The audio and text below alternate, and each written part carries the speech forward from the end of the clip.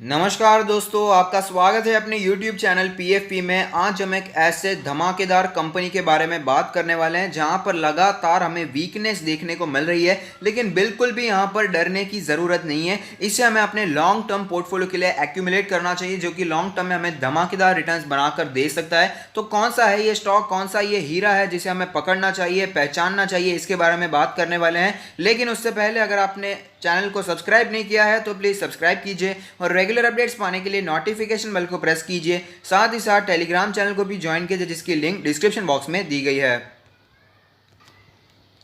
हम यहाँ पर बात करने वाले हैं HDFC AMC के बारे में। यहाँ पर नाम सुनकर चले नहीं जाना है। आपके काफ़ी ज़्यादा कमेंट्स आ रहे थे कि HDFC AMC में बहुत ही ज़्यादा वीकनेस बनी हुई है, हमें क्या करना चाहिए, इसके बारे में कुछ बता दीजिए। तो यहाँ पर सबसे पहले बिजनेस मॉडल समझ लेते हैं। HDFC AMC क्या काम करता है, ये अगर आप समझेंगे तो आपको पता चलेगा कि यहाँ पर इन्वेस्ट करना चाहिए या क्या करना चाहिए। तो HDFC AMC HDFC mutual fund को मैनेज करने का कामकाज करती है। इसीलिए मैं आपको HDFC म्यूचुअल फंड की वेबसाइट पर लेकर आया हूँ, जिससे हमें पता चलेगा कितना ज्यादा डाइवर्सिफाइड प्रोडक्ट पोर्टफोलियो में यहां पर दिखाई देता है। एचडीएफसी म्यूचुअल फंड का आप देख पाएंगे diversified equity, thematic equity, equity link savings यानी ELSS, हाइब्रिड फंड्स भी दिखाई देते हैं, सॉल्यूशन ओरिएंटेड दिखाई देते हैं, थीम बेस्ड डेट फंड भी दिखाई देते हैं, ड्यूरेशन बेस्ड डेट फंड भी दिखाई देते हैं, साथ ही साथ इंडेक्स फंड दिखाई देते हैं, ETF दिखाई देते हैं, गोल्ड का ETF, फंड ऑफ फंड दिखाई देते हैं। तो काफी ज्यादा वेल डाइवर्सिफाइड पोर्टफोलियो हमें यहाँ पर दिखाई देता है म्यूचुअल फंड्स का। तो एचडीएफसी म्यूचुअल फंड को मैनेज करने का कामकाज करती है HDFC AMC और उसी का चार्ज लेती है, उसी की उसकी इनकम होती है। तो यहाँ पर आपको पता ही है कि हमें स्टॉक जाता हुआ नीचे जाता हुआ क्यों नजर आ रहा है, क्योंकि अभी फिलहाल HDFC म्यूचुअल फंड या कोई भी म्यूचुअल फंड आप ले लीजिए, वहां पर रिडम्पशन का प्रेशर हमें बढ़ता हुआ नजर आ रहा है। उसका भी अलग अलग रीजन है। यहाँ पर फिलहाल सिचुएशन ऐसी है कि लोगों के मन में एक डर बैठ गया है यहाँ पर कि मार्केट में आगे भी क्रैश होने वाला है, अभी नहीं तो यूएस के इलेक्शंस के बाद मार्केट में क्रैश होगा। तो यहाँ पर लोग तैयारी कर रहे हैं, पहले से ही अपने हाथ में कैश रख रहे हैं, क्योंकि वैसे भी इकोनॉमी की हालत खराब होती हुई नजर आ रही है। लोगों की यहाँ पर जॉब जा रही है, तो जो लोग यहाँ पर SIP करते थे उन्हें जबरदस्ती अपनी SIP को रोकना पड़ रहा है। तो ये भी एक सिचुएशन है। और यहाँ पर रिडेम्पशन पे रिडेम्पशन हमें देखने को मिल रहा है। लोग यहाँ पर सोच रहे हैं कि एक बार खाना हो जाएगा, घर का पेट भर लें, बाद में इन्वेस्टमेंट के बारे में सोचेंगे। तो इसी वजह से हमें म्यूचुअल फंड्स पर प्रेशर बनता हुआ नजर आ रहा है। तो यहाँ पर घबराने की जरूरत नहीं है। ये साइकिल होती है इकोनॉमी की, कभी रिसेशन देखने को मिलता है तो उसके बाद वापस हमें तेजी भी देखने को जरूर मिलती है। तो वापस जब तेजी आएगी तब हमें वापस यही स्टॉक्स ऊपर जाते हुए नजर आएंगे, वापस लोग म्यूचुअल फंड्स में इन्वेस्ट करेंगे। और यहाँ पर एक बात समझ लीजिए, काफी लोगों ने मुझे कमेंट्स किया कि यहाँ पर डायरेक्टली शेयर्स में इन्वेस्ट करना या ज्यादा अच्छा होता है in comparison to mutual funds. मैं भी यही कहता हूँ, मैं डायरेक्टली यहाँ पर स्टॉक्स में इन्वेस्ट करता हूँ, लेकिन काफी लोग ऐसे हैं मार्केट में, बहुत सारे लोग ऐसे हैं जो कि शेयर मार्केट में जीरो नॉलेज रखते हैं, जहाँ पर शेयर मार्केट का कुछ भी नॉलेज उन्हें नहीं होता है, स्टॉक्स का नॉलेज नहीं होता है, कभी बाय करना चाहिए कभी सेल करना चाहिए इसके बारे में उन्हें पता नहीं होता है। तो वो लोग प्रेफर करते हैं कि HDFC म्यूचुअल फंड को अपने पैसे सौंप देंगे और वो अच्छी तरह से उसे प्रोफेशनली मैनेज कर पाएंगे। तो यहाँ पर काफी ज्यादा लोग हमें ऐसे दिखाई देते हैं। यहाँ पर दूसरे कैटेगरी के लोग हमें यहाँ पर ऐसे भी दिखाई देते हैं जो कि शेयर मार्केट में डायरेक्ट इन्वेस्टमेंट करते तो जरूर है, लेकिन वहां पर कुछ उखाड़ नहीं पाते, कुछ प्रॉफिट नहीं कर पाते रिटेल इन्वेस्टर को। तो आपको पता ही है, हमने भी लॉस साथ ही साथ किए हैं। यहाँ पर लॉस काफी ज्यादा देखने को मिलता है। तो लोग सोचते हैं इससे अच्छा तो म्यूचुअल फंड है, वहां पर रिटर्न्स हमें देखने को मिल जाएंगे, एवरेज रिटर्न्स मिलेंगे, ज्यादा रिटर्न्स नहीं तो कम से कम थोड़े बहुत रिटर्न्स तो मिल ही जाएंगे। तो यहाँ पर वापस जब साइकिल टर्न होगी, वापस जब रिसेशन का माहौल खत्म होकर वापस हमें तेजी का माहौल देखने को मिलेगा, तो वापस सारे म्यूचुअल फंड्स अपने ट्रैक पर आ जाएंगे। और फिलहाल भी अगर बात करें तो म्यूचुअल फंड को यहाँ पर खत्म होता हुआ नजर नहीं आ रहा है। तो ये बात अपने दिमाग में से हटा दीजिए। और यहाँ पर मैंने देखा है कि जो लोग कमेंट करते हैं वो लोग यहाँ पर नए नए मार्केट में आए हैं, जिन्होंने सिर्फ और सिर्फ मार्केट में तेजी ही देखी है। यानी कि चार्ट्स में भले ही यहाँ पर गिरावट देखी होगी, चार्ट्स में देखा होगा कि मार्केट में गिरावट होती है उसके बाद रिकवरी हो जाती है, लेकिन उन्होंने जब मार्केट में एंट्री ली उसके बाद सिर्फ और सिर्फ यहाँ पर तेजी देखने को मिल रही है। मैं उन लोगों की बात कर रहा हूँ जिन्होंने यहाँ पर लॉकडाउन के समय पर यहाँ पर अपना अकाउंट ओपन करवाया, जो नए नए शेयर मार्केट में आए उन्होंने यहाँ पर गिरावट को एक्सपीरियंस नहीं किया है। भले ही चार्ट्स पर आप गिरावट देखते हैं, लेकिन जब रियल में गिरावट होती है, आपका पोर्टफोलियो जब आपको रेड में जाता हुआ नजर आता है, तब रियल में आपको पता चलता है कि गिरावट का मतलब क्या होता है। ये जिन्होंने एक्सपीरियंस किया है, जो यहाँ पर पुराने लोग हैं शेयर मार्केट में, उन्हें पता होगा, लेकिन नए लोगों को ये पता नहीं है। तो वापस जो फिलहाल तो अभी सब लोगों को प्रॉफिट हो ही रहा है, हर एक स्टॉक ऊपर जाता हुआ ही नजर आ रहा है जनरली हमें यहाँ पर, क्योंकि लिक्विडिटी इतनी ज्यादा हो चुकी है। लेकिन जब यहाँ पर मार्केट की साइकिल फिर से घूमेगी और वापस हमें तेजी देखने को मिलेगी और जो लिक्विडिटी मार्केट में इन्फ्यूज की है वापस बाहर आ जाएगी, वहां वो समय होगा जब यहाँ पर पर हमें सिर्फ और सिर्फ फंडामेंटली स्ट्रॉन्ग स्टॉक्स ही भागते हुए नजर आएंगे, तो तब वापस हमें लॉस देखने को मिलेगा। लोग फिर से सोचेंगे कि इससे अच्छा तो है म्यूचुअल फंड में इन्वेस्ट करते हैं। तो इसलिए मेरा विश्वास तो यहाँ पर HDFC AMC में इन्वेस्ट करने का है, बाकी आपकी मर्जी हो सकती है। यहाँ पर आपने पूछा था HDFC AMC क्यों गिर रहा है, यहाँ पर क्या इन्वेस्ट करनी चाहिए, लॉन्ग टर्म का पर्सपेक्टिव कैसा है, तो ये मैंने समझाने की कोशिश की है, सरल भाषा में समझाने की कोशिश की है। अगर आपको ये पसंद आते तो वीडियो को लाइक जरूर कीजिएगा, जिससे हमें मोटिवेशन मिले कि आपके लिए ऐसे ही धमाकेदार वीडियोस आगे भी हम बनाते रहें। स्टॉक के बारे में भी बात कर लेते हैं। तो आप देख पाएंगे HDFC एसेट मैनेजमेंट कंपनी कोई छोटी मोटी कंपनी नहीं है, लार्ज कैप कंपनी है। 47,000 करोड़ के आसपास की इसकी मार्केट कैप है। 2215 का लास्ट ट्रेडेड प्राइस है, जो कि 2% नीचे दिखाई दिया है। रिटर्न्स के प्रोफाइल के बारे में बात करें तो 1 वीक में ये 8% नीचे दिखाई दिया है। अगर बात करें एक महीने के बारे में तो तकरीबन 9.5-10% नीचे दिखाई दिया है। एक साल के बारे में बात करें तो 15% के नेगेटिव रिटर्न्स हैं। यहाँ पर आप देख पाएंगे इसका ऑल टाइम हाई तकरीबन 3,844 के आसपास का था। 5 ईयर्स के बारे में बात करें तो इतनी ज़्यादा पुरानी तो लिस्टिंग नहीं है, अगस्त 2018 में इसकी लिस्टिंग हमें देखने को मिली थी। इतनी ज़्यादा गिरावट हो रही है, 3,800 का ऑल टाइम हाई था, उसके बावजूद आप देख पाएंगे हमें यहाँ पर 22% के पॉजिटिव रिटर्न्स देखने को मिल रहे हैं, जो कि एक अच्छी बात है। की मैट्रिक्स के बारे में बात करें तो पीई रेशियो है 37.32, जबकि सेक्टर का पीई है 20.25। तो सेक्टर के पी से यहाँ पर हमें महंगा दिखाई देता है, लेकिन यहाँ पर क्वालिटी ही इतनी ज़्यादा है। और यहाँ साथ ही साथ ये भी बताना चाहूँगा कि म्यूचुअल फंड्स की अगर बात करें तो one of the top most mutual fund, reputed mutual fund और सबसे ज़्यादा एसेट अंडर मैनेजमेंट में कामकाज, one of the top most कह रहा हूं। ये टॉप मोस्ट भी थी, लेकिन उसके बाद यहां पर SBI ऊपर जाता हुआ नजर आ रहा है। लेकिन SBI म्यूचुअल फंड, SBI का AMC यहां पर लिस्टेड नहीं है। तो फिलहाल AMC की बात करें तो HDFC AMC हमें मार्केट लीडर दिखाई देता है। नैम इंडिया की बात करें तो कंपेरेटिवली काफी ज्यादा पीछे हमें दिखाई देता है। PB रेशियो की बात करें तो 11.7 है, जबकि सेक्टर का प्राइस टू बुक है 1.78। तो यहां पर भी ऑफकोर्स प्रीमियम वैल्यूएशन दिखाई देगा ही, प्रीमियम स्टॉक है तो प्रीमियम वैल्यूएशन भी दिखाई देगा। डिविडेंड यील्ड की बात करें तो 1% से ज्यादा की डिविडेंड यील्ड है, जबकि सेक्टर का डिविडेंड है 0.87% के आसपास। यहां पर कंपनी के प्रोफाइल के बारे में तो हमने बात कर ही लिया, आपने देख लिया कि HDFC म्यूचुअल फंड को ये यहां पर मैनेज करने का कामकाज करता है, पोर्टफोलियो मैनेजमेंट करता है, इन्वेस्टमेंट एडवाइजरी सर्विसेज का कामकाज करता है।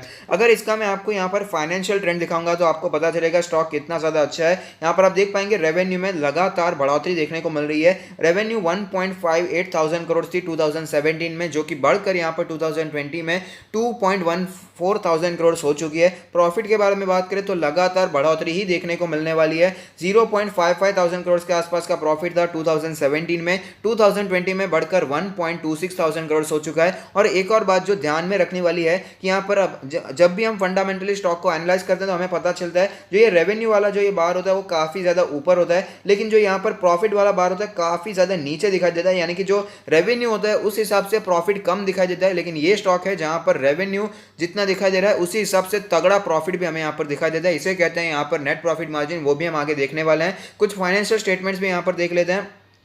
इंडस्ट्री की रेवेन्यू ग्रोथ की बात करें तो वो है 18.56, जबकि HDFC AMC की 15.03 हमें यहाँ पर दिखाई दे रही है। तो ऑफकोर्स यहाँ पर गिरावट दिखाई दे रही है, क्योंकि इतना ज़्यादा अगर कोई बड़ी कंपनी होती है तो रेवेन्यू को मैनेज करना मुश्किल होता है। लेकिन अगर मार्केट शेयर के बारे में बात करें तो पिछले 5 सालों में 25.38% से मार्केट शेयर कम होकर 21.82% हो चुका है। जैसे कि मैंने कहा यहाँ पर एसेट अंडर मैनेजमेंट HDFC से शिफ्ट होकर थोड़ा सा हमें यहाँ पर SBI में जाता हुआ नजर आ रहा है, लेकिन फिर भी 20% से ज़्यादा का मार्केट शेयर है, यानी कि 1/5 मार्केट यहां पर HDFC AMC के हाथ में है। तो आप समझ सकते हैं बड़ी कंपनी है। और अगर सबसे इंपॉर्टेंट बात जो यहां पर होती है नेट इनकम प्रॉफिट के बारे में बात करें तो आप देख पाएंगे 10.35% का एवरेज हमें दिखाई देता है, जबकि उससे कहीं ज्यादा HDFC AMC का है 24.89%, जो कि काफी ज्यादा यहां पर बेहतर हमें दिखाई दे रहा है। यहां पर एनुअल व्यू देख लेते हैं, ग्रोथ व्यू देख लेते हैं, तो आप देख पाएंगे अलग अलग फाइनेंशियल ईयर्स पर हमें कंपेयर करते हुए पता चलता है कहीं पर भी गिरावट ही देखने को नहीं मिल रही है। पिछले फाइनेंशियल ईयर से हमेशा ये बेहतर परफॉर्म करता ही जा रहा है। आप देख पाएंगे चाहे वो टोटल रेवेन्यू हो, एबिटा हो, PBIT हो, PBT हो या नेट इनकम हो, तो ये काफी ज्यादा अच्छी बात है। शेयर होल्डिंग पैटर्न के बारे में बात करें तो आप देख पाएंगे टोटल प्रमोटर होल्डिंग है 73.95%, जिसमें से कुछ भी प्लेज नहीं है, तो टेंशन की लेने की बिल्कुल भी जरूरत ही नहीं है। म्यूचुअल फंड के पास है 2.04% की होल्डिंग, DIIs के पास है 3.2% की होल्डिंग। अगर बात करें FIIs के बारे में तो 10.69% की होल्डिंग दिखाई देती है। अदर पार्टीज यानी कि हमारे आप जैसे लोगों के पास है 12.14% की होल्डिंग। कुछ और बेसिस पर भी इसे फंडामेंटली एनालाइज करते हैं। ऑपरेटिंग मार्जिन है 83 के आसपास, जो कि पिछले साल से इंप्रूव हुआ है, अच्छी बात है। नेट प्रॉफिट मार्जिन जिसके बारे में मैं बात कर रहा था, 63% का नेट प्रॉफिट मार्जिन हमें दिखाई दे रहा है, जो कि धमाकेदार है। यहाँ पर आप देख पाएंगे पिछले साल से भी इंप्रूव होता हुआ नजर आ रहा है, काफी ज्यादा बेहतर सिचुएशन दिखाई दे रही है। अगर बात करें आरओई के बारे में तो 31.3 थी, जो कि पिछले साल से इंप्रूव हुआ है। आरओसी के बारे में बात करें तो 40.7 है, जो कि पिछले साल से हमें नीचे जाता हुआ नजर आ रहा है। लेकिन आपको पता होना चाहिए, अगर ये 15 से भी 20 से भी ज्यादा होता है आरओई या आरओसी तो धमाकेदार माना जाता है, और यहाँ पर तो 30 प्लस हमें यहाँ पर आरओई दिखाई देता है। रिटर्न ऑन एसेट्स के बारे में बात करें तो वो भी तकरीबन 30 के आसपास है, 29.29 है, जो कि पिछले साल से इंप्रूव हुआ है, अच्छी बात है। करंट रेशियो 18.06 है, जो कि 27.40 था, यहाँ पर गिरावट देखने को मिल रही है, जो कि अच्छी बात है। इतनी ज्यादा यहाँ पर करंट रेशियो होना भी बहुत अच्छा नहीं होता है। ये सारे रेशियोज क्या है, अगर आपको समझना है तो फंडामेंटल एनालिसिस की सीरीज जरूर देखिएगा। यहाँ पर आप भी अच्छे स्टॉक्स को चूज करना सीख जाएंगे, और यहाँ पर साथ ही साथ अच्छे स्टॉक्स को चूज करेंगे तो यहाँ पर टेक्निकल एनालिसिस का सहारा लेकर अच्छे टाइम पर कैसे बाय करना है वो भी सीख जाएंगे। इन दोनों प्लेलिस्ट की आपको लिंक डिस्क्रिप्शन बॉक्स में मिल जाएगी। क्विक रेशियो है 18.06। अगर बात करें यहाँ पर लेवरेज रेशियोज के बारे में तो डेट टू इक्विटी रेशियो जो हमें यहाँ पर दिखाई देता है 0 है, यानी कि कंपनी पर बिल्कुल भी कर्जा नहीं है, और करंट सिचुएशन में तो ऐसे ही स्टॉक्स हमें खरीदने चाहिए जहां पर बिल्कुल भी कर्जा दिखाई नहीं देता, तो बहुत ही अच्छी बात है। इंटरेस्ट कवरेज रेशियो 185.08 है, धमाकेदार। एसेट टर्नओवर के बारे में बात करें तो 46.49 है, जो कि पिछले साल से यहाँ पर थोड़ा सा नीचे आता हुआ नजर आता है। इन्वेंट्री टर्नओवर रेशियो के बारे में बात करें तो यहाँ पर 0 दिखाई दे रहा है। उसका रीजन भी है क्योंकि ये कोई प्रोडक्ट मैन्युफैक्चर नहीं करती है, ये एक सर्विस प्रोवाइड करती है, तो इसके इन्वेंट्री में कोई आपको सामान तो दिखाई देने नहीं वाला है। ग्रोथ रेशियोज की बात करें तो यहाँ पर 3 ईयर CAGR सेल्स में आप देख पाएंगे भारी गिरावट देखने को मिल रही है, लेकिन 3 ईयर CAGR नेट प्रॉफिट में देखें तो यहाँ पर इंप्रूवमेंट देखने को मिल रही है, जो कि एक अच्छी बात है। अब बात करें यहाँ पर डिविडेंड्स के बारे में तो ज्यादा पुरानी लिस्टिंग तो इसकी है नहीं, तो यहाँ पर फिर भी कंसिस्टेंटली स्टॉक डिविडेंड देता आया है। HDFC ग्रुप से रिलेटेड है तो यहाँ पर ऑफकोर्स अच्छी ही कंपनी होगी, यहाँ पर कोई भी डाउट यहाँ पर बनकर नहीं आता। कंसिस्टेंटली स्टॉक ने डिविडेंड दिया है। यहाँ पर बोनस स्प्लिट की बात फिलहाल नहीं आती क्योंकि स्टॉक न्यूली लिस्टेड है। फिलहाल इसकी जो फेस वैल्यू चल रही है वो 5 रुपीज पर इक्विटी शेयर है।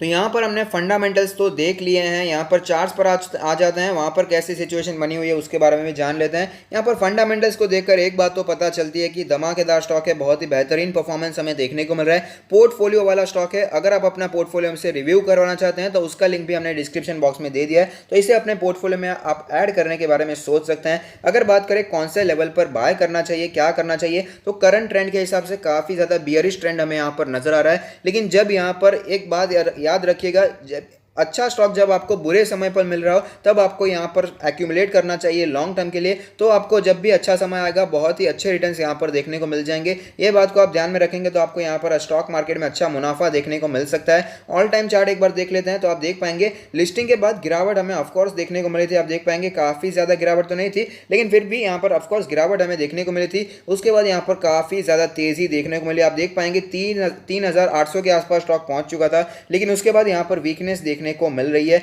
मार्केट क्रैश के समय 2000 का level as a strong support हमें देखने को मिल चुका था, तो यहां पर वो level as a strong support हम मान सकते हैं। और साथ ही साथ यहां पर जो दूसरा लेवल है, जब फ्रैंकलिन टेम्पल्टन का जो वो केस हुआ था तब यहां पर हमें 2100 का लेवल एज ए सपोर्ट दिखाई दिया था, और उसी दिन वापस हमें रिट्रेस स्टॉक करता हुआ नजर आया था। तो मेरा मानना है अगर आपको स्टॉक, मैं तो मानता हूं कि करंट मार्केट प्राइस पे भी यहां पर बाय करना चाहिए। अगर आपने ऊपर पोजीशन बनाकर रखी है तो मैं आपको लॉस में निकालने को बिल्कुल भी नहीं कहने वाला हूं। अगर आपने यहां पर नीचे पोजीशन बनाकर रखी है, प्रॉफिट में चल रहे हैं, लॉन्ग टर्म के लिए लिया है तो कंटिन्यू होल्डिंग कीजिए। लेकिन अगर आपने शॉर्ट टर्म के लिए लिया है तो मेरा मानना है कि यहाँ पर आपको प्रॉफिट बुकिंग कर लेनी चाहिए। यहाँ पर वीकनेस ऑफकोर्स दिखाई दे रही है। यहाँ पर मैंने आपको बताया भी था कि जो 100 डेज का ईएमए है, 200 डेज का EMA as a strong resistance बार बार हमें दिखाई दिया है, तो वहाँ पर आप प्रॉफिट बुकिंग के बारे में भी सोच सकते थे। काफ़ी ज़्यादा समय ऑलरेडी निकल चुका है, फिलहाल ये सपोर्ट के आसपास चल रहा है, तो थोड़ी सी तेज़ी हम यहाँ पर एक्सपेक्ट करने के बारे में सोच सकते हैं। 2-4% का बाउंस बैक हमें यहाँ पर देखने को मिल सकता है।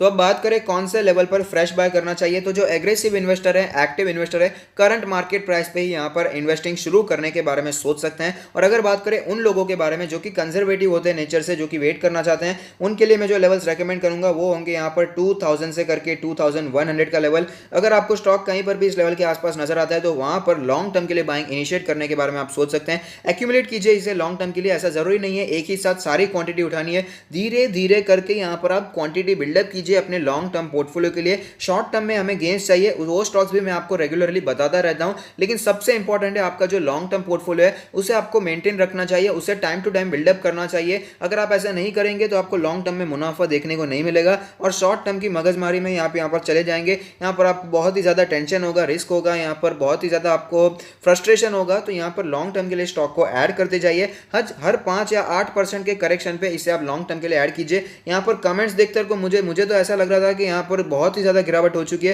हालांकि इतनी ज़्यादा गिरावट यहाँ पर हुई भी नहीं है। 2400 का लेवल मैंने सपोर्ट की तरह दिखाया था, काफ़ी बार स्टॉक ने सपोर्ट लिया था, तो उस लेवल से अभी तक ये स्टॉक 10% भी करेक्ट नहीं हुआ है और आप इतना ज़्यादा घबरा रहे हैं। तो स्टॉक मार्केट में कैसे कामकाज करेंगे भैया? यहाँ पर आपको थोड़ा सा स्ट्रांग रहना होगा, यहाँ पर करेक्शन को सहना होगा। यहाँ पर मिस्टर वॉरेन बफेट का कहना है कि अगर आपको स्टॉक मार्केट में काम करना है तो आपके पोर्टफोलियो को -50% जब तक नहीं जाता, अगर आप वो देखने की आदत नहीं डाल देते तो आपको यहाँ पर स्टॉक मार्केट में काम नहीं करना चाहिए। अगर आपका पोर्टफोलियो -50% हो जाए, -50%, तब भी आपको घबराना नहीं चाहिए, तो ही आप स्टॉक मार्केट में काम कीजिए, वरना आपको काम नहीं करना चाहिए। ये मैं नहीं, वॉरेन बफेट जी कह रहे हैं। तो यहाँ पर अभी तक तो मुश्किल से 6-7%, 8% का करेक्शन देखने को मिल रहा है, तो इतनी ज़्यादा घबराने की जरूरत नहीं है। मेरा मानना है लॉन्ग टर्म के लिए कंटिन्यू कीजिए, बाकी लास्ट डिसीजन तो आपका ही रहने वाला है। तो अगर आपको ये वीडियो पसंद आता है तो लाइक कीजिए, शेयर कीजिए, कमेंट कीजिए, सब्सक्राइब कीजिए और मुझे मोटिवेट कीजिए। Thank you, stay happy, happy investing.